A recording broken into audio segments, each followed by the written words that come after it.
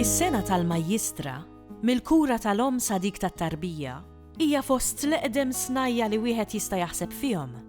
It-tim tagħna ltaqa' mal-infermiera u riċerkatriċi Janice Caruana sabiex jitkixxef aktar dwar ir-reġistru tal-qwiebel. Il-kelma majjistra minna nifisha qed tindika persuna li għandha ċertu erf li qed tipprovdi t-tagħlim lil ħaddieħor. Fil-qasam tiegħi il-majjistra tista' wkoll tiġi rreferuta bħala l-qabla. Il-qabla ġejja mill-lingwa Arbija waqt li l-kelma majjistra ġejja mill-lingwa Taljana. Fil-Malti tnejn jintużaw biex jirreferu l-istess persuna u tnejn ifissru l-istess. Bażikament it-twelid fil-passat l-ommijiet ma kienx normali l-ommijiet imorru l-isptar. Għalhekk daw kienu jsejħu l-majjistra.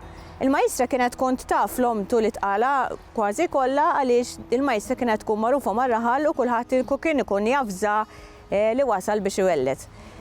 Parti mix-xogħol tagħha kien li tagħti l-edukazzjoni u tagħlim u tipprepara l-om għal twelid id-dar. Meta jasal il-waqt il-majjistra kienu jsejħula tiġi d-dar tal-om u kienet tgħinha twellet fl-ambjent familjari tagħha. Wara twelid jekk kollox imur sew, il-majjistra kienet tkun dik il-persuna li tmur mal-missier għal mammudija. Ovvjament f'Malta fi żmien il-gwerra mhux dejjem kien ikun possibbli li l-om twellet id-dar. Għalhekk xi drabi il-majjistra kellha timprovvizza biex tajn l-om twellet kemm fix-shelters kif ukoll f'diversi postijiet oħra bilan li tkun protetta waqt xi air raid jew attakk mill-ajru. Il-ħidma tal-majjistra meta kienet tassisti twelid fil-komunità Maltija fis-seklu 20 m'għadix issir. Għalhekk hemm diversi kliem Malti li kien jintuża biex jirreferi għall-oġġetti li kienu hemm fid-dar bi preparazzjoni għat-twelid. Fost dawn l-affarijiet ħafna minnhom illum ma jintużawx bħal lampa tal-petrolju, tolboj, lavaman, trepit u diversi oġġetti mediċi oħra li llum m'għadhomx jintużaw jew ħadu isem ieħor.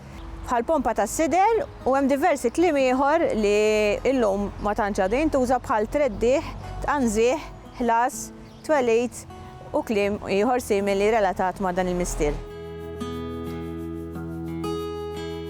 Hemm riskju kbir mhux li tintilef biss it-terminoloġija ma sfortunatament ma' żmienha u Malta intilfet ukoll is-sena tal-majjistra meta kienet tassisti twelid fil-komunità. Ħafna kliem li kien relatat dak iż-żmien u ħafna mill-prattiċi li konna nużaw fi żminijiet fis-seklu 20 bil-majjistri ovvjament illum intilef għax it-twelid qed isir l-isptar. Għalhekk it-tagħlim sar differenti, il-kliem huwa differenti, l-għodda differenti u hija sena kompletament differenti minn ta' qabel. Fil-ktieb tiegħi il-majjistra twelid fil-komunità Maltija fis-seklu 20 ġbar diversi esperjenzi kemm tal-ommijiet kif ukoll tal-majjistri li rakkuntaw li xi tfisser u kif kien ikun twelid id-dar. Mhux biss it-twelid iżda wkoll xi preparazzjoni kienet issir waqt it-tqala u wara tqala sal-mammudija. Ovvjament ma' dan kien ksib diversi dokumenti awtentiċi u għamilt diversi riċerki fil-arkivi u biblioteki ħalli nkun nista' nsaħħaħ l-argumenti tagħhom u hekk inkun nista' nesponi dal-mistier li intilef u fl-aħħar mill-aħħar nagħtiġih il-majjistri li għamlu daqstant ġejt magħna u mal-ġenerazzjoni ta' qabilna li dan ix-xogħol kollu għadu mhux magħruf biżżejjed mas-soċjetà Maltija.